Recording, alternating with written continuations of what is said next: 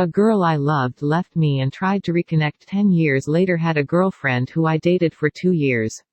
I was 19. She was leaving for college and dumped me in a terrible fashion. She had me go to the spot where I first kissed her to break the news to me that we could no longer date because she was going to university. I cried in front her, which was the first time she's ever saw me cry. She was unsympathetic and said, "No, please don't do that, just don't," in a kind of disgusted way. I was hurt emotionally and she knew it. I wiped my eyes, looked at her once and walked away without saying a word. She tried to pity me and it was humiliating because I honestly thought she felt the same about me as I did of her. The next week I flew across the country, and when she found out, she had messaged me and accused me of running away. She almost had me convinced that I should move back after she told me she would consider a long-distance relationship. I decided not to, and she was pissed about it and stopped talking to me.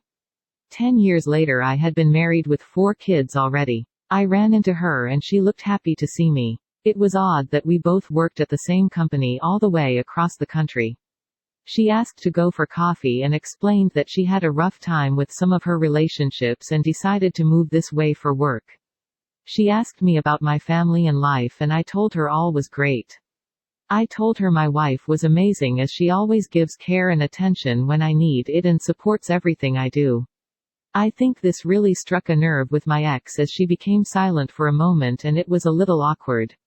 She tried inflating her own life and said that she's living her best life and even offered to be friends again and hang out.